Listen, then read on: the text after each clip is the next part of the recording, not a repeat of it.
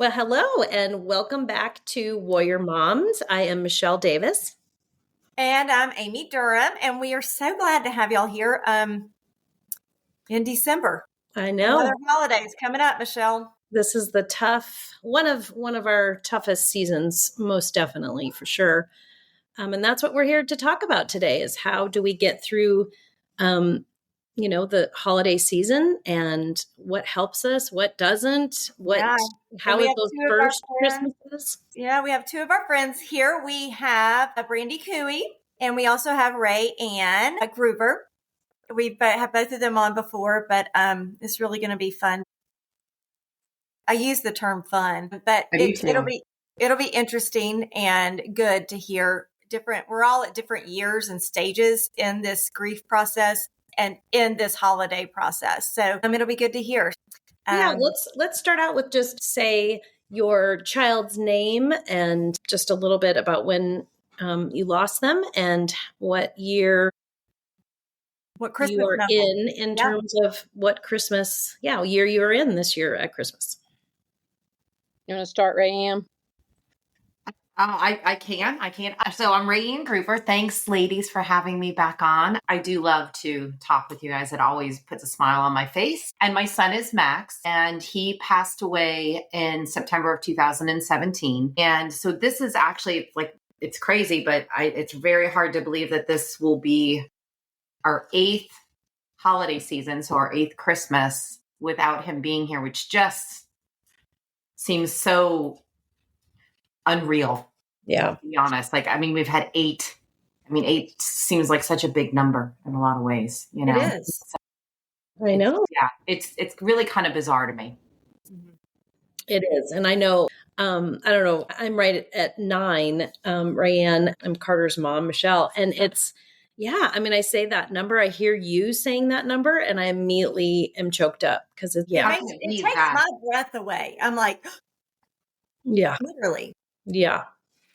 So Amy, you're the next youngest, I guess. Alec passed away in May of 2019. So this will be Christmas number 6 without him. Mm-hmm. And then Brandy, she's our baby. I am the baby. So Cole, his accident was in January of 2021. And so this will be we've got 3 Christmases without him. I lost track of one at some point along the way because I've been trying to think of what we did all those ones. But it actually is kind of a prequel of what I go through in January because, for a lot of people, and I don't mean this in an ugly way, but you get a little break in between, a little breather. But Mm-hmm. I from Thanksgiving to Christmas to January with the wreck, and then then you have birthday. It's just like back to back to back. So is during the summer, but the hardest part to me by far is just like you said, you start thinking, wow, like where did the time go, and how was I even able to celebrate Christmas without them? And I agree with you, Brandy, about that season. Max dying in September. It's I feel like September starts and it's you have September and then you go immediately into October, which we always loved Halloween. Yes. And my daughter's birthday's in October. And then it's Thanksgiving, my birthday and Christmas. And then the New Year and then Max's birthday. And it's this whole, wow, every month is something. I just got chills. Every month is something that's just reminding you that they're not there. When can I get that breather? Right. Right. And the wounds are always there, but it just gets reopened in these particular times. Let's go back as much as we can honestly remember of the first Christmas without. I can't believe we have all boys too. That's so interesting, all of us. But tell me about Rae Ann, about that first Christmas. Again, I always say I remember, but I don't remember. I know what we did. I had to think about it though. And I remember what we ended up doing is I knew I wanted to leave, get out of town. And we always loved Seacrest Beach. So we had a house we would always rent at spring break or over the summer. And I contacted the the owner and, told her what was going on. And she was so sweet. Like, they were so incredible about the whole thing. And we ended up going there for basically the 2 weeks, that whole break. My family came for part of it. And one thing my friend did that lives there, which I still have, it's that tree I put up, but she had sent out, I'm going to get chills. I'm going to start crying. She sent out like messages to like friends across Facebook, and everyone I practically like knew. I don't know how she did it. My friend Janet, she had them all ship to her ornaments. Oh. And then the first day we were there, Janet brought a Christmas tree to the house, and she had decorated the whole house outside and inside with, stuff. And then she had this huge basket she brought in that had all these ornaments from people I know from all over the place, from college, high school, beyond. And we unwrapped, undid them and put them on the tree. And it was really, really nice. Now, the rest of the 2 weeks, I don't really remember. I know we were there. I know, some friends came the second half, and, we did what we did, but it was hard, but I'm glad we did it the way we did. It turned out to be the best escape. And every year I still put up that tree with just Max's ornaments on it, and from what everybody sent us. So it's a nice. I'm going to ask, were you angry putting ornaments on the tree, like new ornaments on a new tree? No, because it wasn't our house, I think. I think it was I wasn't, Janet surprised me with all that, with the house, the outside and the inside of the house being decorated. She borrowed stuff from people, and people in her town came and brought stuff for her to use. So it was just such a kind gesture, too. And then too, the notes that came with everything, which I still have with all the ornaments, but it was just to me so kind how much people cared. In all lengths of our life. And so it was heartwarming. And it took the time to do that. Yeah. It's very heartwarming, very rewarding in a sense of the love. Now, the next year, doing our Christmas tree at home was incredibly difficult. Like that. Yeah. I wanted to do it for the other two kids, but it was really hard. It was just hard. It was hard seeing all of our stuff from all those years. That was harder. Yeah. For sure. That's the reason I asked, because I was angry putting up the Christmas tree, even for a couple of years into it. I was just. Sure. And that I get, but having it, I think, at the beach was just different, because I'd never seen these. It wasn't yours. Yeah. And we were so submerged in Max at that time. I mean, 99% of my time is consumed by him now, but at that time it was like 100. You know what I mean? It was like everyone was beyond, him being on everyone's brain. So it was just nice. But yes, I think it's definitely got it. Every year is different. I think also putting up this Christmas stuff. Yeah, absolutely. Brandy, how was that first Christmas? I know you said you had to really think about it, like all of us. It's like, it's such, those first 2-3 years are such a fog, and you're still in it. Well, I actually have been sitting here in my teacher way, jotting stuff down, because like it's just it's a foggy time, but I just could not bring myself to put up a tree. And my husband is very old fashioned about putting up a tree. We've always had a real alive tree. My friend Pam, that y'all know, her family owns a family ran Christmas tree farm, and we would get our Christmas tree there. And so we wouldn't really put ours up until probably 2 weeks before Christmas. And also both of my kids play basketball. Oh, yeah. We were never home during Christmas, but it was just one of our most favorite times. So I just couldn't do it. So I came home one day from work, and some of my friends, my husband actually got an artificial tree. I think he got it from his mom's or somewhere. And they had decorated it in Georgia ornaments, the whole thing in red and black, and it was just generic Georgia, pretty lights and ornaments and garland. And then they did my mantle for me and had me a big old glass of wine ready when I walked in. And I just cried and cried, because it was just one of those things that I knew had to happen for Annie, my little Annie. Well, she's not a little Annie anymore, but she was. She was. I knew I had to get that tree up for her, but I just physically could not do it. And they did it for me. They took over for me and made it happen. And after it was there, it was just kind of like I could breathe a little bit because it was a little bit of normal, but not normal in the house because it just looked empty and angry and everything else. But yes, depressing. So I had already said I am not staying in Rome. I'm not doing it. I cannot do Rome Christmas. So we packed up and went to Port St. Joe to a house that had a heated pool and all the fun stuff. We took my sister-in-law and her husband went, and my niece Carrie and Annie are very close, and my husband and I, and we did little gifts every night for the girls, and then we came home on Christmas Day and just kind of exchanged gifts there. But I still, to this day, have not gotten our ornaments out of the attic. Like I'm not there yet, and I will be. I feel myself, I can do a little bit more every year. Like this year, I was looking at my mantle and I was like, do I still like this? I don't know. But my husband made me leave it because he's superstitious. And that year was the first year Georgia won the national championship. But anyway. It's amazing that you're ever going to be able to get this stuff out because I think we're stuck with the Georgia tree unless I put up another one. But we're not those people either that put up like 20 trees. We put up one tree.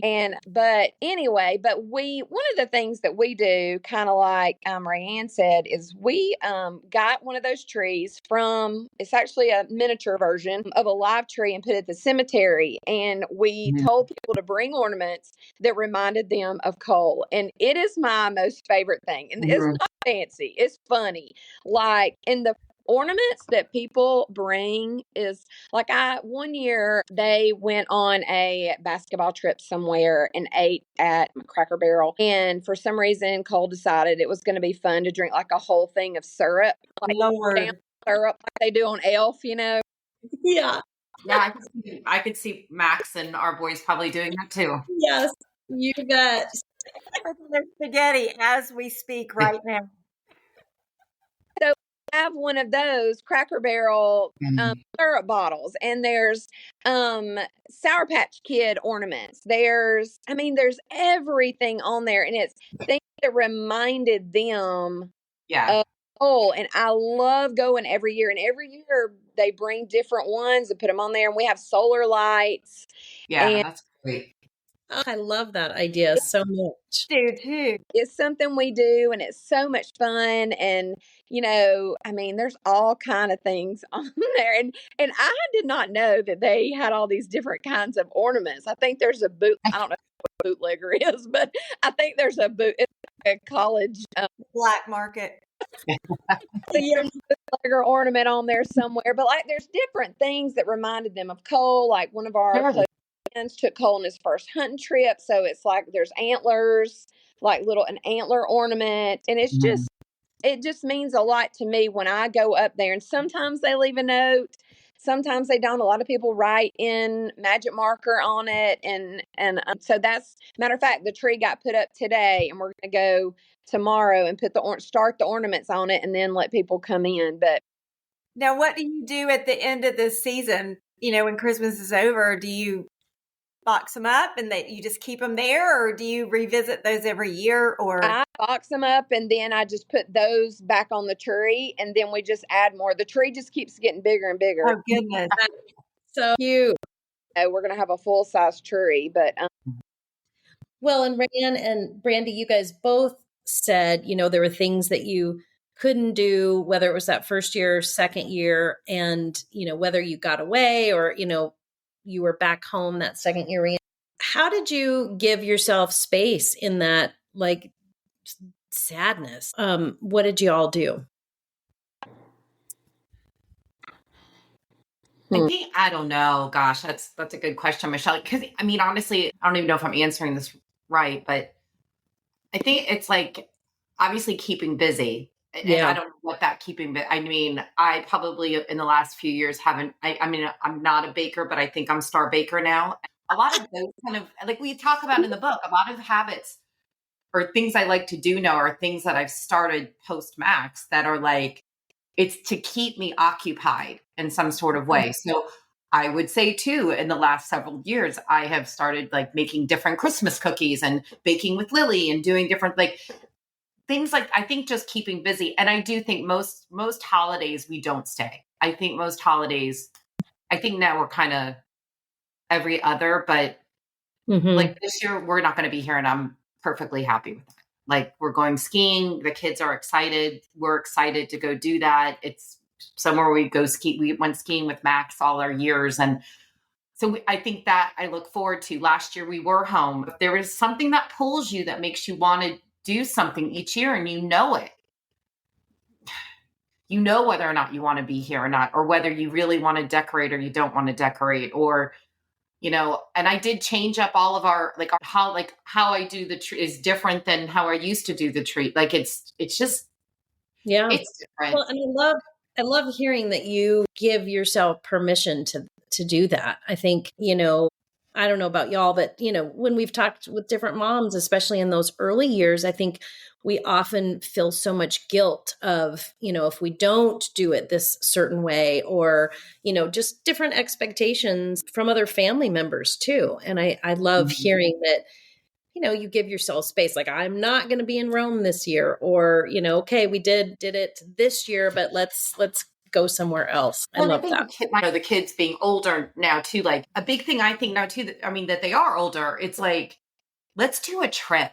Like, 2 years ago, we went on a cruise together, which we had a fantastic time. You know what I mean? Like, yeah. And to me, now that they're older too, I feel like, I can get you a bunch of gifts, but us going on a vacation together at this time of year, aren't we all getting more out of that? You know what I mean? Like, yeah. And that's what we all crave with our kids, is that time, right? Who cares what gifts they got or we gave?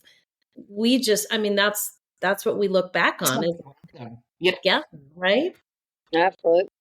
Yeah, for sure. You nailed it. I'm about to cry because that's it. Yeah. The biggest gift that I could get right now is just time with my kids. Well, and that's what they don't get either. It's like when I'm like, we're going ski, which they're excited about, but it's like, for me, it's so great because it's 1 week of the four of us. Right. Yeah. And we'll see some other family a little bit, it's time we can spend together. You can't get that back. You can't, mom used to make fun of her parents, and I make fun of her but it's not really. But she said, it's like, what are you most happy about? And my papa would say that all my kids are here together.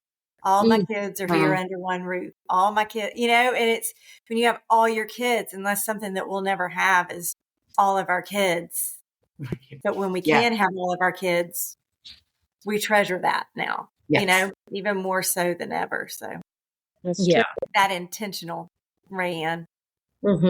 You pull them away and you take them and you keep them in a cocoon.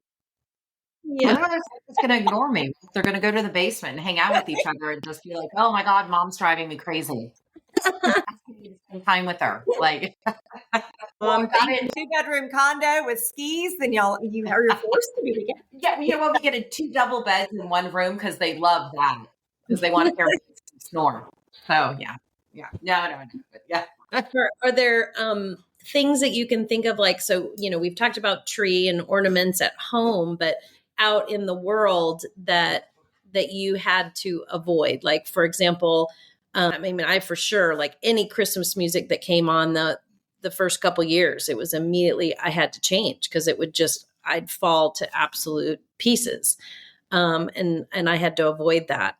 Even going to church was so hard. I needed it, but just the beauty and the memories. I had to do church like in the little baby crying room because I was the baby crying, But like, when you think about those, what were some of the things that you maybe avoided that now you're kind of starting to do again? For me, just going the shopping. Like, just that, I don't know. It was like I was the overwhelming amount of people and who am I going to run into? And especially in your community, huh? Yes. And, just the people touching, I don't know. You know what I mean? Though, It's a lot, and I would get overstimulated, and I would just have to be like, oh no, I would literally leave buggies places, and I was like, oh my god, I gotta go shop back because I've got to have tape or whatever. So luckily, Amazon has my best friend now. But listen, girl, I'm an online shopper, Instacarter. I couldn't stand stores after Max. I still really don't love going into a store and running into anyone. Yeah, it's a little bit better. Luckily. Doesn't like to shop, so I get off the hook with her. I don't know, we do the Black Friday shopping stuff and all that, and I love that. That was so much fun, but now it's just not the same. And what's funny, I have a great story for that. My friend Pam and I would always go, but our rule was you had to be 16 and you had to wear panties because we had the boys to go with us. So we would make that rule up. And then, so one time Cole decided, oh, I'm going. So I'll wear panties if you are going to make me wear panties. Hilarious. But, like that, we just had those kind of memories, and it's so much. But he definitely was going to go with us. But I don't know. It's not the same, but I am slowly getting to do things that I hadn't done before. But like you were talking about, have to find your own thing. And the only way I get through it every single year is Annie. Everything I do, I'm like, well, I'm not ruining Christmas for her. Yeah. We're eating this, we're drinking hot chocolate, and we're watching Elf. I mean, I am not I've got to do those things. And then I find myself enjoying it too.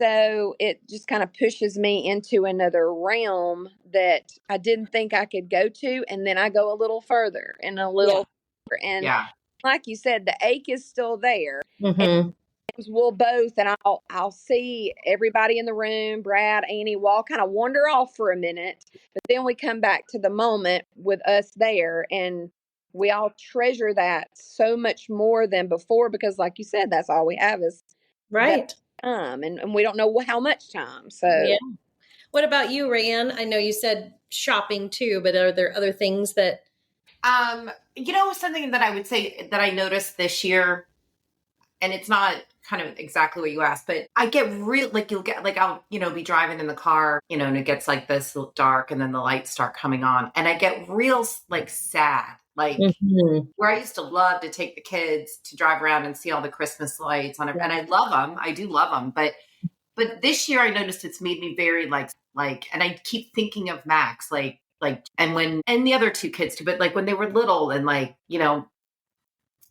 just how much they loved them. And it's just one of those things that really stuck out this year for some reason for me was that. And I feel like every year there's something a little different that might hit you. And this year that seems to be the thing that's hitting me is, not a bad thing, but it just really made me I don't know if it's nostalgic, sad, I don't know, whatever the word is, just very, God, I wish he was here, and yes, I wish I felt that joy I used to always feel seeing those lights and stuff. But this year I just don't see it the same way. I don't know. Yeah. I have a question for y'all. So I've been known to buy Alec Christmas presents still, to this day. And, for example, I bought lightsabers because when he was a kid, he loved Star Wars, So have y'all ever done that? Yeah, we have not. I haven't. Jeremy and Carter always did Nerf guns this morning. And so that's become, Jeremy does it with his brother. He'll get it for my nephews. His two sisters are coming. And that's something we've talked about with all their little kids. And so we've tried to make it like exactly what you said, thinking about things that we did with Carter, but that we could all still do. And it's like being silly. What's something silly that's, is called everybody painful, but it's going to make us laugh. Buying for Alec, even though he's not going to get it, but still, as opposed to me looking at it on the shelf going, I would have bought that for Alec. Right. Yeah. That makes sense. And I get ornaments still for Max, though. I do still buy ornaments. Every year I was, buy the kid because we need any more ornaments, right? But Right. definitely when I see something that either reminds me of him or just reminds me of him in one way or another. Yeah. I definitely have a lot of ornaments on the tree that are still for him each year. So that's kind of, I guess, my present in that way. But yeah. This is kind of maybe one of our last questions, but so when you get in that, like you're driving, Rae Ann, and you get really sad. And I know, Brandy, you've talked about taking walks, that's your place to get away. So whether you're, out where you're going to be skiing or at the beach or at home, what is the kind of your space? What's the thing that you have to go do that helps you refuel? For me, sometimes, I've actually said this recently to some folks, I have to be alone for a while. Like I've gotten very used to being alone in a lot of ways since Max. And I like that time by myself, whether it's piddling in my bedroom or, whatever it might be. It's just, it's not having that interaction. So it's just quiet time, I guess you would call it in some ways. And that kind of recharges me, like we had my mom for an entire week at Thanksgiving, but a whole week was just, I could tell by like day 3 or 4, it's like, I'm just losing fuel, like, because it's somebody in the house besides us that, you're just interacting with and doing stuff with. And it's harder just to go off and go let yourself refuel somewhere. I do notice that though, like, that's what I need to do. And like, note to self, next time you have a guest that's here for you need to just say, I need some time because I gotta just take that time alone to just refuel it, however that is. Yeah. In fact, one of the first times I traveled to one of my girlfriends, Debbie's house in Denver, I would just tell her, like, I'm going to have to nap maybe twice during the day in order for me to keep going. And so she got darkening curtains before I came because she knew, okay, well, that's what she's got to do. She's got to go take her nap and then get up and I'll regroup and so forth. I want to be her friend. Can she be my friend? I know. Everybody needs a Debbie. What do you do, Brandy? I'm a movement kind of girl. I have to be moving. And, in the job that I'm in and this being a teacher, like we're in constant demand. And so I go from being demanded upon at work to being, I'm always needed 24/7. So, but I like to exercise and I have to move. So movement, I'll go walk by myself. Sometimes I'll just go work out at my workout place, but it is, I don't know what that is. It does. I'm sure there's some kind of endorphin situation going on, but it really, it resets me. It recharges me. I don't know what it is. And I'm not a workout thing. I don't know how to clears your head. It's just clearing your head and you're in your own thoughts for that time without other. Yes. It's like, I'll just get up and walk on my treadmill or the same thing. And it's like, it's like for you to be in your own head. I feel like. Definitely. We have to be on all the time. And especially during this time of the year, I feel like I'm even more in tune with the needs of my family because I know they're going, I don't know. I just feel like as mothers, that's just what we do. We're trying to their needs as well. And then sometimes ours get neglected. So then we get grouchy or whatever and snappy because we're not taking care of ourselves. And so that's one of the big things that I do.